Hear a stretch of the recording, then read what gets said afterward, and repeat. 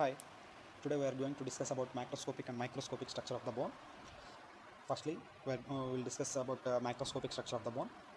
Macroscopically, bone is of two types, that is cortical bone and cancellous bone.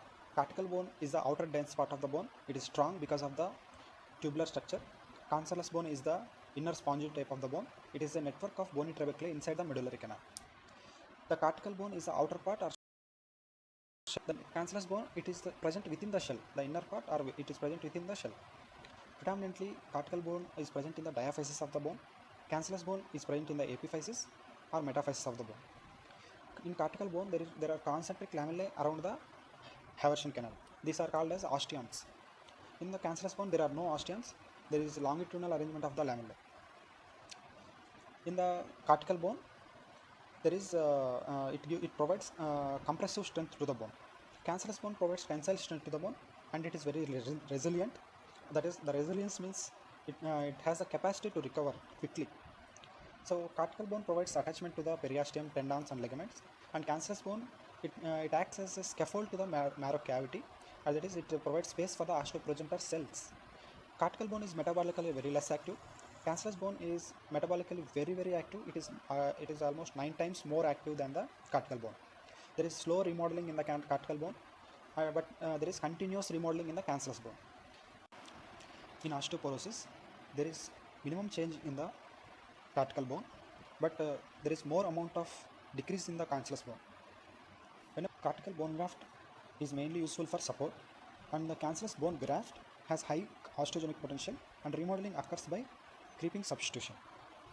Coming to the microscopic structure of the bone, based on the arrangement of the collagen fibers, microscopic structure of the bone is of two types, that is oven bone and another one is lamellar bone. The oven bone is the immature bone. It is a coarse bundled bone, also called as fiber bone. There is randomly oriented collagen fibers in the interlacing fashion with numerous osteoblasts or osteoprogenitor cells. Under polarized light, you can see haphazard structural orientation, and oven bone is more cellular than the lamellar bone. That is, there are more cells per unit area. The common sites where we can see oven bone are in the majority of the cases we can see in developing fetus, and also we can see in adults at the remodeling sites like alveolar socket in the mouth, tendinous intersection, and fracture repair within the callus.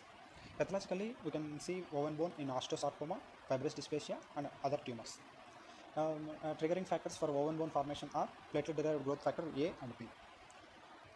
Coming to the lamellar bone, it is also called as mature bone. Under polarized microscopy, we can see well-organized arrangement of collagen fibers as parallel bundles of 2 to 4 micron size.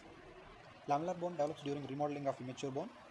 There is a continuous secondary organization, that is remodeling. It is pathognomonic of mature lamellar bone. Lamellae have concentric tubular arrangement containing 5 to 15 concentric lamellae. The outer circumferential lamellae are next to the periosteum. The inner circumferential lamellae are next to the endosteum. The interstitial lamellae, they are archaic remnants of old concentric lamellae. Coming to the Haversian system, this is also called as osteon.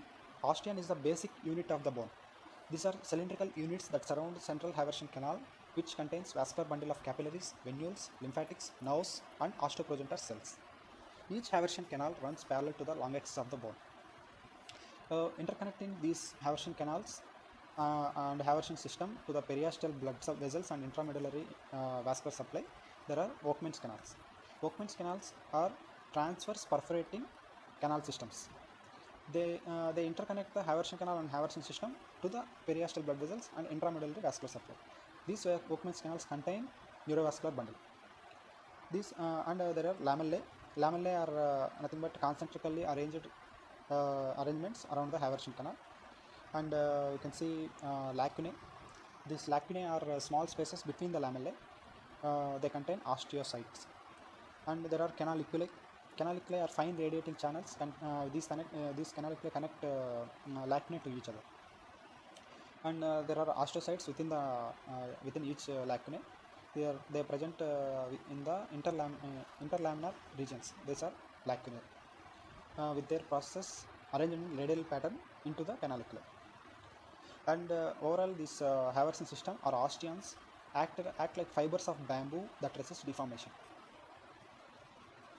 Coming to the blood supply of the bone, Blood supply of the long bone is mainly from the three sources: epiphyseal and metaphyseal vessels, nutrient artery, and periostal arteries. So, nutrient artery enters through a nutrient foramen of the shaft of the long bone. In the medullary canal, it is divided into the ascending and descending branches, which further is divided into spiral branches. The nutrient artery supplies inner two-thirds of the compact bone. The periostal arteries supplies outer one-third of the compact bone. The periostal arteries pierce the outer part of the compact bone and enters into the Volkmann's canals and communicate with the Haversian system. That's it from my side today. Thank you for watching this video. I hope this video was helpful for you.